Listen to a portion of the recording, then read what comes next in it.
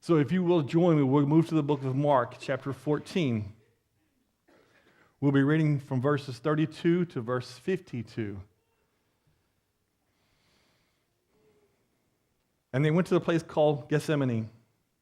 And he said to his disciples, "Sit here while I pray." And he took with him Peter and James and John and began to be greatly distressed and troubled. And he said to them, "My soul is very sorrowful, even to death. Remain here and watch." And going a little farther, he fell on the ground and prayed that if it were possible, the hour might pass from him. And he said, "Abba, Father, all things are possible for you. Remove this cup from me. Yet not what I will, but what you will." And he came and found them sleeping, and he said to Peter, "Simon, are you asleep? Could you not watch 1 hour? Watch and pray that you may not enter into temptation. The spirit indeed is willing, but the flesh is weak." And again it went away and prayed, saying the same words. And again he came and found them sleeping, for their eyes were heavy, and they did not know what to answer him. And he came the third time and said to them, "Are you still sleeping and taking your rest? It is enough. The hour has come. The Son of Man is betrayed into the hands of sinners. Rise, let us be going. See, my betrayer is at hand." And immediately while he was still speaking, Judas came, one of the 12 with him, a crowd with swords and clubs from the chief priests and the scribes and the elders. Now the betrayer had given them a sign, saying, "The one I will kiss is the man. Seize him and lead him away under guard." And when he came, he went up to him at once and said, "Rabbi," and he kissed him. And they laid hands on him and seized him, but the one who stood by drew his sword and struck the servant of the high priest and cut off his ear. And Jesus said to them, "Have you come out against a robber with swords and clubs to capture me? Day after day I was with you in the temple teaching, and you did not seize me. But let the scriptures be fulfilled." And they all left him and fled. A young man followed him with nothing on but a linen cloth about his body, and they seized him, but he left the linen cloth and ran away naked. So interesting, what I have to offer you is someone that didn't have clothes, but it's not the baby Jesus. But we will get more into that as time comes. We see Jesus has moved the disciples to the Garden of Gethsemane. Gethsemane meaning a wine press. It was an olive vineyard at the base of the Mount of Olives. Jesus would frequent this place, particularly in troubled times. It was a place of solitude. It was a place of peace, a place of aloneness where he could get one-on-one with God, and he could pray. So he takes the 11 disciples, and of course there's one missing from their group, and he moves them to this garden, as it were, and he leaves them there and gives them instructions to sit here while I pray. And this is for the 8. He takes his inner circle that had been with him so many times to witness so many more things, Peter, James, and John, and he takes them a little farther into the garden itself. And when he does, he gives them the intention that he is very distressed and troubled. In fact, he said to them, "My soul is very sorrowful, even to death." We know from Luke's account that it's recorded that he is in such anguish. He is in such intense pressure upon him at this point, facing not the fear of pain, not the fear of death, but as God incarnate, he is facing God's full wrath in his judgment against mankind. The man who knew no sin, God in the flesh, who's never given into temptation, will once and for all be crushed under the wrath of God to pay the price for our penalty, to pay the price for our sin. Once and for all, he would take that upon himself. And it has to the point that, as Luke recorded, blood had actually come to the surface and dripped from his head. The agony is so intense that it brings him to that place. But he gives the disciples, his inner circle, remain here and watch. His intent was for them to remain alert. But it's much more than just watching their surroundings. And I think the scripture will bear that out. Going a little farther, he falls upon the ground and prays. A very appropriate posture as he approaches the Father. in such anguish, in such distress, he asked the question, if it were possible that the hour might pass from him. He's known for a very long time what was coming. He's fully aware of the consequences and what he faces. In fact, he'd been telling the disciples for a very long time that he must be handed over, that he would be betrayed, that he would be killed, but that he would be resurrected. And he faces this reality now in verse 36. He says, Abba, Father, all things are possible for you. Remove this cup from me. Jesus is not trying to change the plan. He's not scared of what might happen to him. But he does bring about the question, God, if there's another way, if there's another manner in which we can fulfill this. In fact, the term he uses there is Abba. Probably the closest translation we have is daddy. It is a very intimate way of approaching God. He says, if there's another way, God, please let it be. Now, these words were given here for one very particular reason.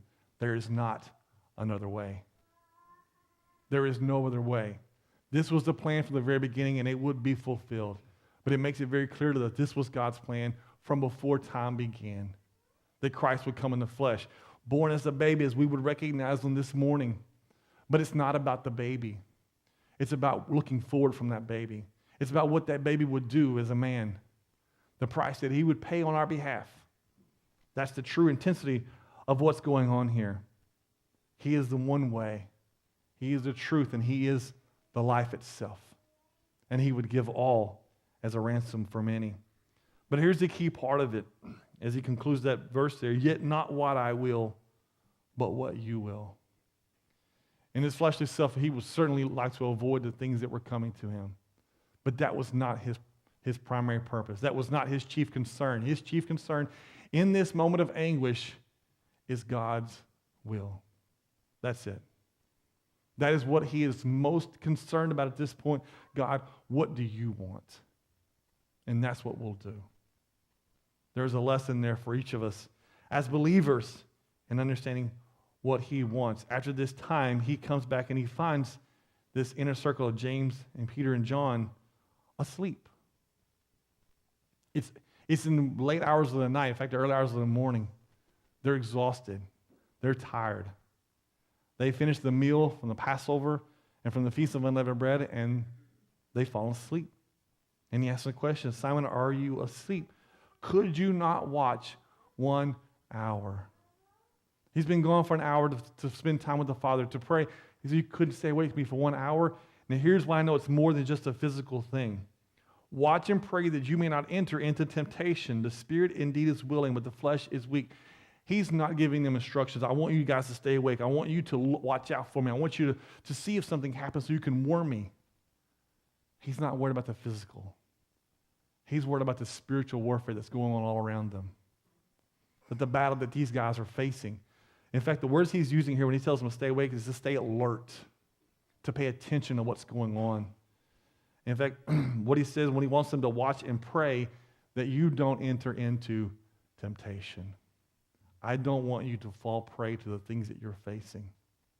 Because there are forces all around us, folks, we believe it or not of the physical realm, but the spiritual realm, that want to trip us up. They want to bring us down, to ruin the testimony that we have, to draw us away from God. The last thing they want us is walking in obedience and to bear fruit.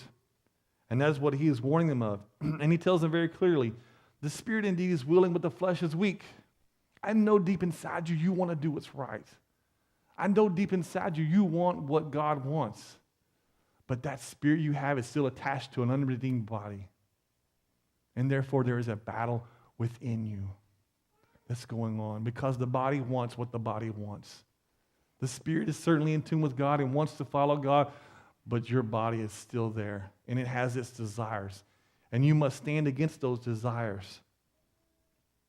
So finally, again, he moves away to pray, using the same words, God, if there's another way, please, but not my will, yours.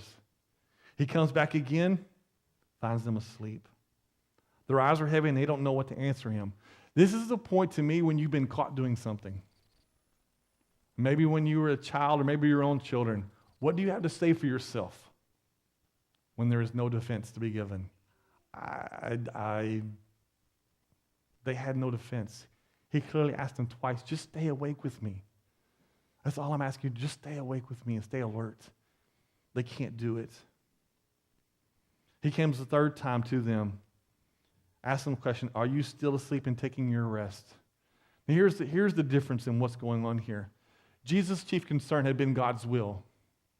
The disciples' chief concern had been their own will.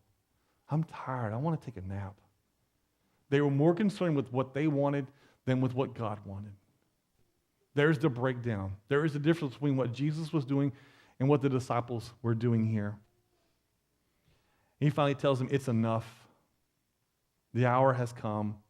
Guys, this is it. This is where everything changes.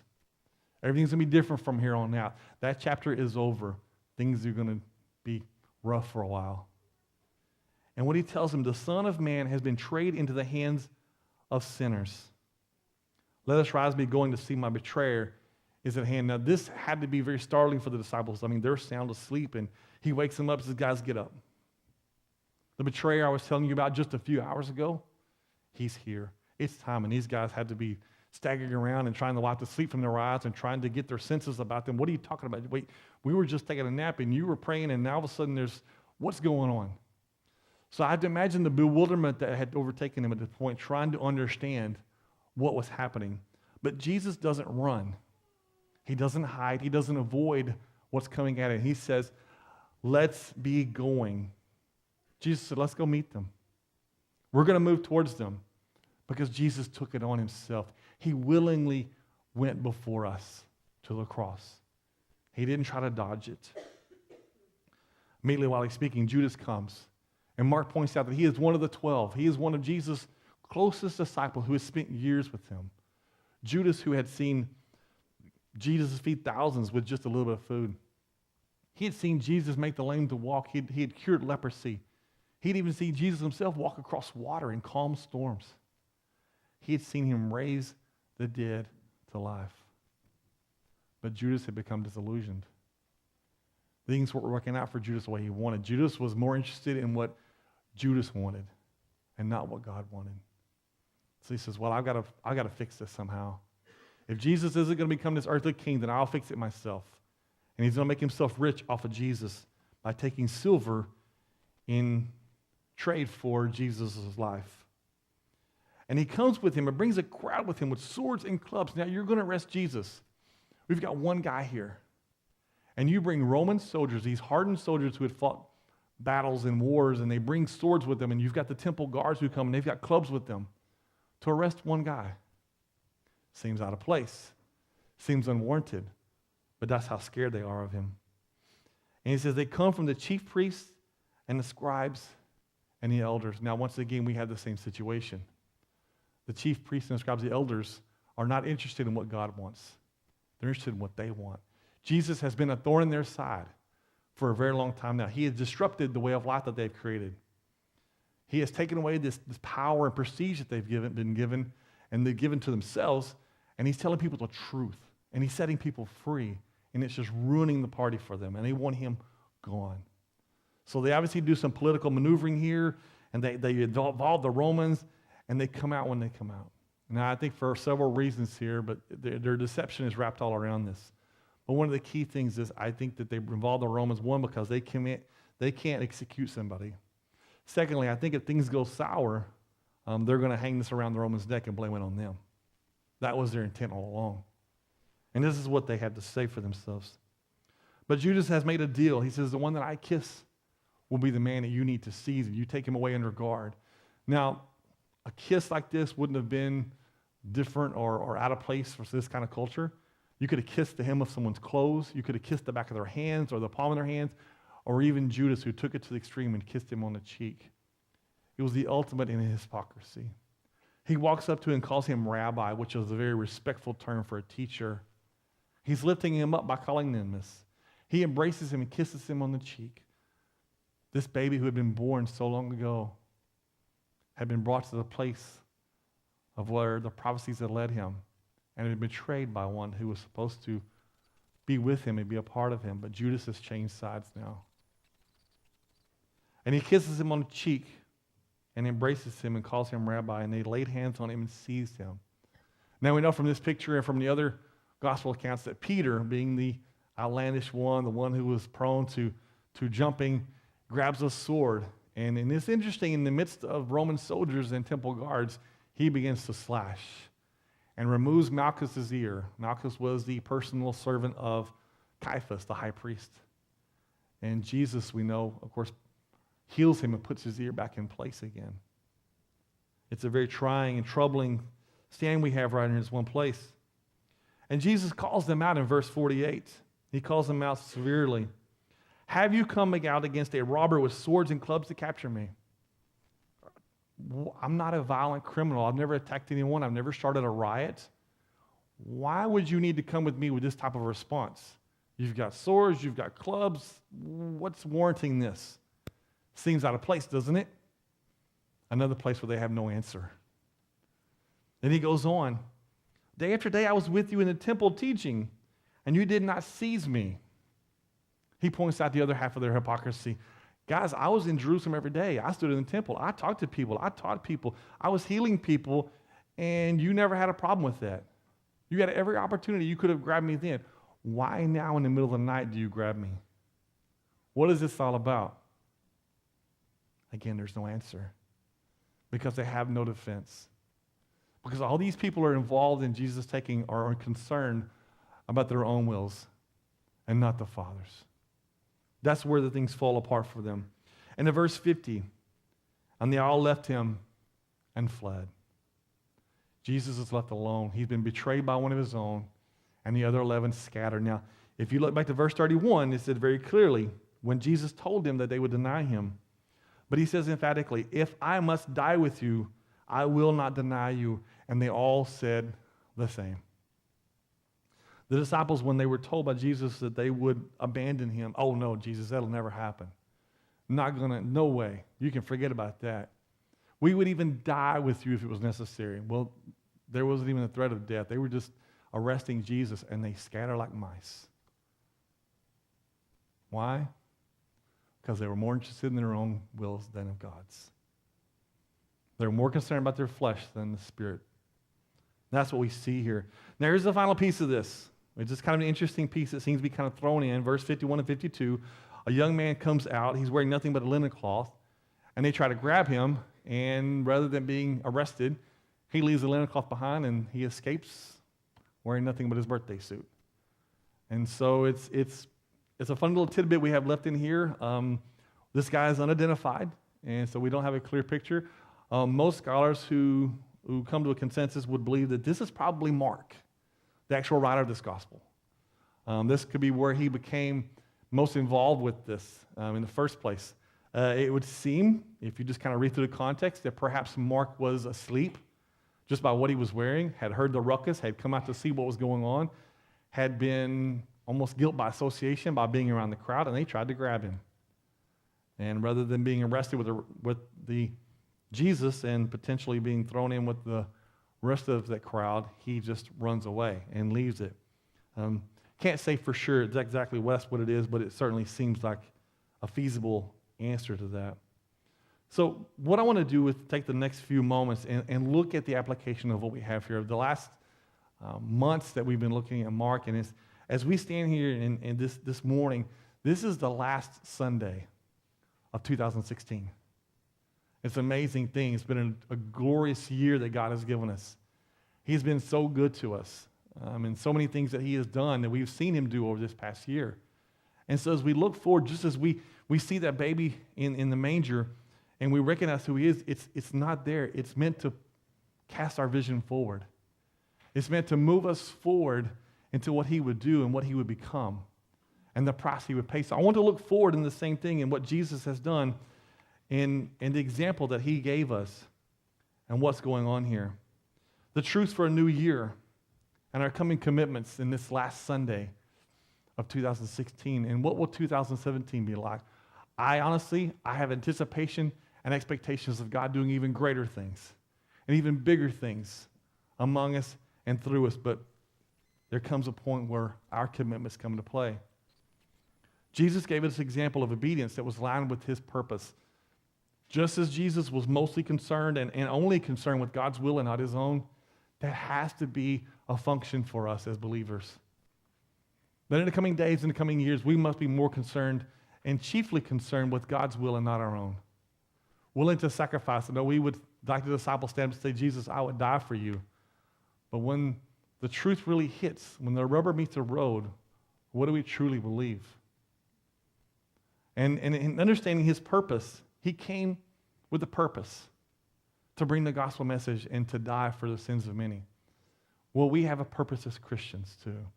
We know that God made us for his glory, and that's certainly a big part of it, but we have a responsibility in that. In the price that God paid for us, and sending that baby among us who would grow up to be a man who would die for our sins, that we would live lives of obedience, lives of repentance, bearing fruit in keeping with salvation. It's that important that we would go forth from this place and commit anew to what God is doing in our lives. We live in desperate times, just as disciples. We must remain awake and alert. This world seems just filled with temptations. They seem to be all around us, and everything that we see and we do, and it seems to only increase with the passing days. We must remain alert. We must remain awake. In other words, we must pay attention and be vigilant in what God has called us to be, and facing those temptations, and understanding that there is a battle going on around us, not a physical one, but a spiritual one. Just as you would never stand in battle and let your guard down because it would expose you to your own demise. At the same time, we must be alert and awake and understand that the enemy wants us to fall and to be taken down for it. So we must be willing to do the things. Why? Because the spirit is willing, and the inside, I want to do these things. I want to do what's right, but you know what? The body wants what the body wants. And it's a battle that we must face. So we look forward to 2017. I want to look with eager anticipation, with high expectations of what God's going to do. I think it's going to be a glorious year, and I think God's going to do even more wonderful things than what he's done in the past as we continue to walk. It brought me to the words of Gordon Dahl. He said, most Americans tend to do this. We tend to worship our work. We tend to work at our play, and we tend to play at our worship. In other words, work has become for us such a thing in the career and climbing the corporate ladder and doing more and gaining more and making more, that it's something we honestly hold up to the point of worship. And then when we play, it's become such a competitive thing, and so much money is spent there that we really would spend our time, and we work so hard to be so competitive and be such a big part. But when it comes to worship, it seems to be an afterthought too far.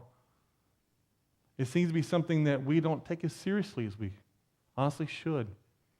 So he says what it causes is it gives things a distorted value and meaning. So for 2017, let's look ahead. Let's make work work. Let's make play play. But let's make worship worship. And make it all about God. And lift him up for what he's done in giving us that baby who was born so long ago, who lived to be a sinless man and died upon the cross. Let's give him the value and the worth that he deserves and he alone deserves. One last thought I give you is Luis Gonzalez. He had been a professional baseball player, very intense and very aggressive baseball player. And he was once asked, what is it about you from the media? What is it about you that makes you this way? What gives you this intensity, this fire that you have? He says, well, I have a personal motto.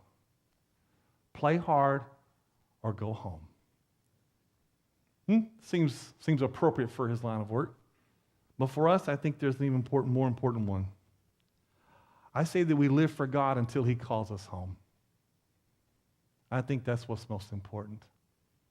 So as we look for the new year and the coming things that God is doing in our lives, let's stand up and just commit. Let's follow Jesus' example and be who he's called us to be, and then just see what God does. I think it'll be an amazing year.